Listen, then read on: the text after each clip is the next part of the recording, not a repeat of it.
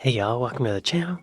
Today we're checking out the UK election results explained. It was just yesterday. I'm recording this on July 5th, so it just happened. Explain it to me. The Labour Party has won this general election.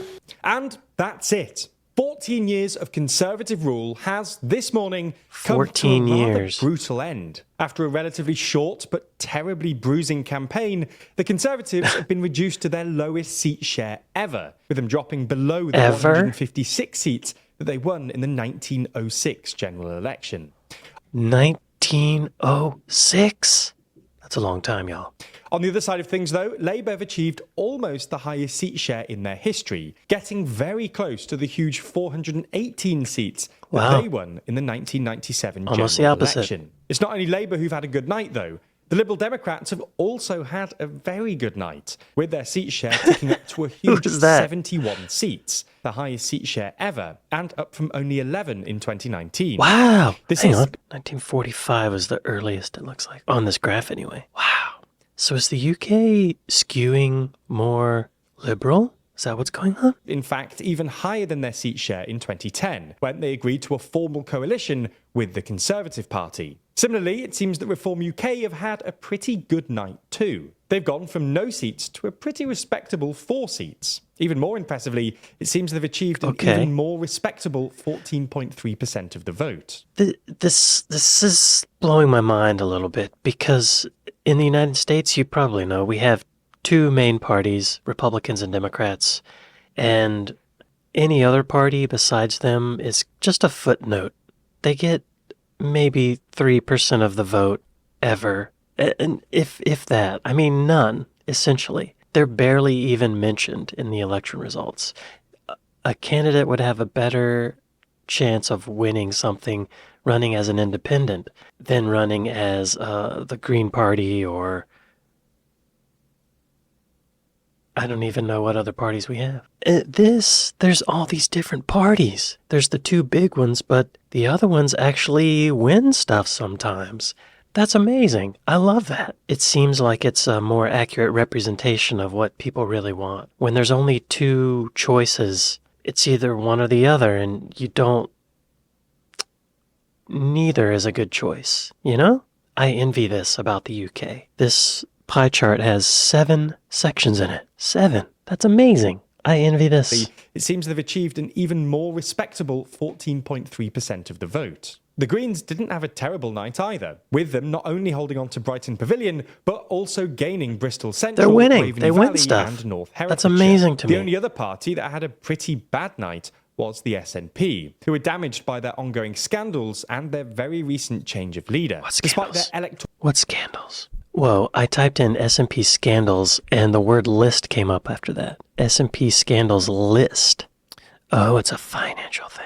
Scandals. who were damaged by their ongoing scandals and their very recent change of leader. Despite their electoral dominance in Scotland over the last decade or so, last night they received their lowest seat share since 2010, winning only 9 seats. This is a significant decline since 2019, when they won 4. Wow, that is a sharp drop from 2019. Scandals will do that, you know? Like, what'd you expect? Obviously, this will raise a couple of key questions. The first is whether this is the beginning of the end of SNP dominance in Scotland. And secondly, is what such a terrible result will mean for the cause of Scottish independence. So, anyway, these are the headline results from the election. Is that a thing But let's still? dive a little deeper and have a look at what happened. Before we start, if you haven't already, please consider subscribing and ringing the bell to stay in the loop and be notified when we release new videos. Now, the key event from last night occurred at 10 p.m, when we got our first indication of what was to come in the release of the exit poll. Now, the most shocking thing to note in the exit poll here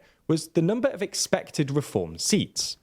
So not the actual results, just exit polls, right? Where people stand outside the location where people vote and they say, who'd you vote for? I think people play games with that exit polling. I think people lie in the polls to be snarky, or to throw people off, or to make people think one person's going to win when they're not. Was the number of expected Reform seats. The exit poll predicted that Reform would get 13 seats, significantly higher than most of the MRP polls in the run-up to the election. However, there were some wobbles through the night, with some polls suggesting that the exit poll had overestimated the number of seats. The more observant of you will notice that it turns out that the exit poll had indeed overestimated, and in the end, Reform achieved only 4 seats. The other shocking find from the exit poll was the number of predicted Tory seats. Prior to election day, many of the MRP polls were predicting below 100 Tory seats, while the exit poll predicted that the Tories were going to win 131 seats. What followed was deeply chaotic, and something that made writing this video through the night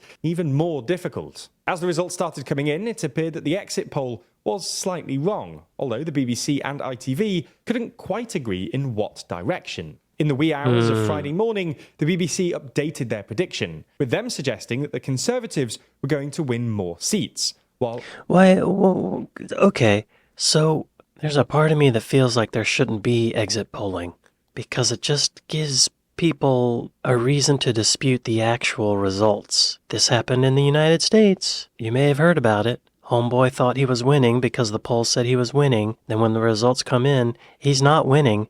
But then he uses the polls saying he was going to win as evidence to say that it was rigged. Shoot me in the face. As things stand, it appears that the Tories have won slightly fewer than originally predicted, but not significantly. Anyway, overall results aside, the night was also particularly interesting when it came to individuals. There were 2 properly shocking and unexpected results. The first was Jonathan Ashworth unexpectedly losing his seat to an independent candidate. Out of a job. Ashworth has previously been the Shadow Health Secretary and, up until today, was the Shadow Paymaster General. You're fired. It appears that the loss of his seat has been a result of Labour's stance on Gaza, something that could cause problems for the incoming Labour government more generally. What is their stance on Gaza? We've been calling for a ceasefire now for all of this year. We have maintained our belief that it's important that the hostages are released, that aid must get into Gaza, and our belief in the international rules-based order and international humanitarian law. That is our approach. I'm down with that. Nothing wrong with that. The second unexpected result was Jeremy Corbyn's election in Islington North. Having been deselected as a Labour MP, Corbyn opted to stand in his constituency as an independent. He did, however, make the decision to stand rather late in the election cycle, something that led to a decent proportion of journalists and pundits to believe that he was going to lose the constituency to the new Labour candidate. This wasn't the case, though, and Corbyn secured himself a pretty decent majority. Way to go. So now that I we've gone guess, through... I don't have an opinion. I don't know. He might be a raging... I don't know. But he won, so I'm just saying congratulations. I don't know the guy. I don't know anything about him. So now that we've gone through exactly what happened through the night, it's worth going through what this all means for the main party. What does it all Now, mean, the most interesting Basil? party to discuss right now are the Conservatives, who, as we've just discussed, lost some pretty major figures through the night. At the time of writing, Sunak has not yet announced his resignation as he Conservative did. I leader, saw it. He although did. he is expected to either this morning or in the coming days and weeks. This will naturally kickstart a Tory leadership election. The question now is who would take over? While it's a little too soon to tell, there are some candidates that are in a particularly strong The position Chief Mouser. right now. Kemi Badenoch is in the strongest position. She's got a rather strong following among right-wing Tories. Little diversity in the leadership. That's not a bad thing. That's a good thing. I'm impressed by your open-mindedness. She's got a rather strong following among right-wing Tories, both in Parliament and among the membership. What really bolsters this position is the fact that one of her key rivals for the leadership, Penny Mordaunt,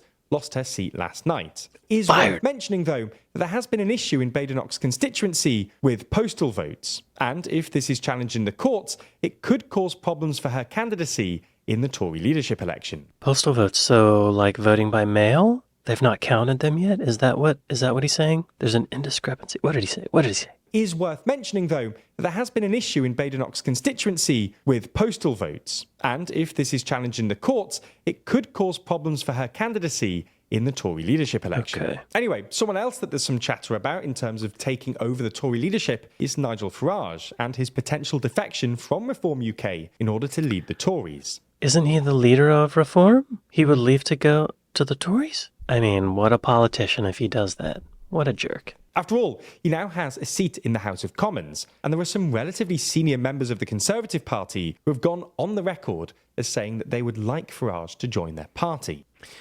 But he just ran as Reform. Can you just switch party like that? That seems wrong. It seems unloyal.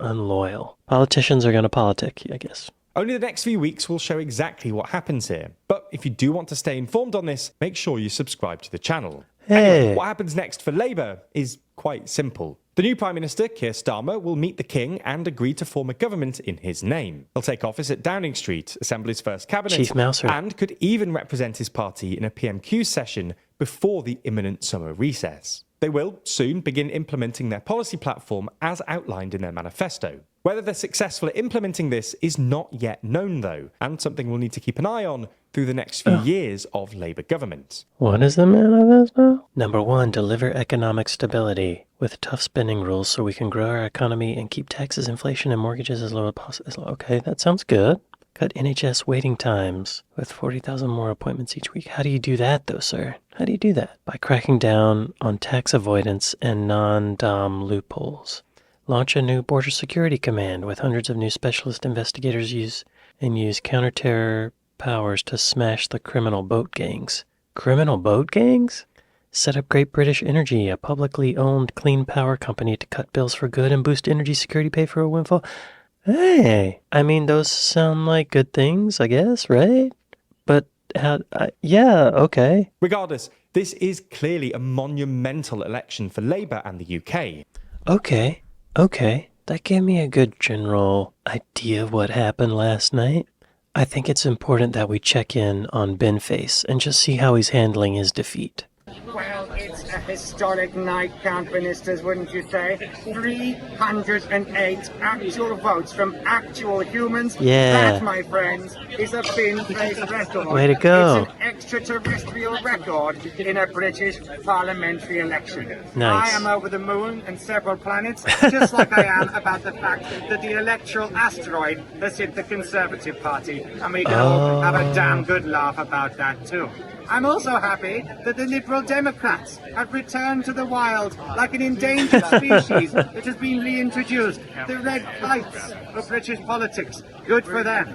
And, of course, I wish the very best to Sir Keir Starmer, the new Prime Minister, when I issue you these 2 commands. 1. In your first week, you must exonerate all postmasters and postmistresses and order Fujitsu to pay each one of them £100,000. Whoa. And also, within your first week, you must take concrete action to fix the solvable problem of homelessness. Throw in CFAX too, and I might just vote for you. But the first 2 CFAX. wouldn't be bad, and that would be a start. Show the humans you mean business here. Otherwise, Binface is coming for you. What about me next? Well, even more exciting, I'm going on my victory lap, my moral victory lap, with my first UK comedy tour. Stand-up, sci-fi and political satire like you've never seen before. It's coming across the UK in September and October. Go to countbinface.com and come see the Count. All right, a little plug from Benface. He's doing just fine. He's got a tour. Okay, so it looks like Keir Starmer has met with King Charles. Let's just watch this meeting and see what important things they speak about. Sir Keir Starmer, Your Majesty. Your Majesty. Your Majesty. You must be utterly exhausted and nearly on your knees. But not actually. Quite a grueling. But it's yes. Anyway, you're here. Yes. It's a very sort of quick changeover as well. I know, to say the least. And having to get to grips with everything straight away must be quite... Yes. Okay. Yeah, just kind of small talk. Interesting. What did he say about his knees? You must be utterly exhausted on your knees. Y'all, all I'm hearing is... to say the least. And having to get to grips with everything straight away must be quite... Yes. With everything straight away must be quite exhausting, yes. Liz Truss got fired, y'all. Let's watch that. So much for being a safe seat. I'd like to take a moment to thank our outgoing MP, Liz Truss, for her service to this constituency over the past 14 years. Politics can be brutal, and you have come in for your fair share of criticism, but may I take this opportunity to wish you well in the future. Stone face. Wow. If she did that throughout her political career, she might still have a job. One more short. This is what I disappointed. Wow. It's just been 14 years of the Tories, and I'm so happy that it's finally going to change. Can't say I'm too happy that it's Labour, but definitely a better option. I think it's a historic moment. I'm 20, so I've lived through 14 years of the Conservative government. It's the first time in memory that I can see a Labour government coming in, and I'm excited to see what happens. Wow, just, not surprised, not particularly passionate for either side. It'd be nice to see if we can get some students' involvement, because no one seems to really be offering anything for students at the moment. Let's rebuild, and I can't swear, can I? Thank God for that. So I'd say experiencing a level of profound relief, coupled with a sense of malaise as well, because I think there's just a bit of expectancy as to how this is really going to go. What is this majority going to entail? Interesting, y'all. Well, y'all, it seems like most people are excited about this. Let me know what you think in the comments. Like I said, I don't really follow this. I don't know what's going on. I don't really know what their agendas are, but it seems like a good thing. I know Sunak was gonna instate a draft. Mandatory military service? That's scary. That's World War III type stuff, I hope things work out for the better. Congrats on an election that was not contested. And the guy who lost said, hey, you know what? I lost. That doesn't always happen. So congrats for having people running your country who are decent human beings, I guess. Are they? I don't know. They can't be much worse than what we have in America right now. So, congrats on that. And I envy your political system. I envy all of these parties that you have. Congrats on that. Thanks for watching this with me, and I'll see you all next time.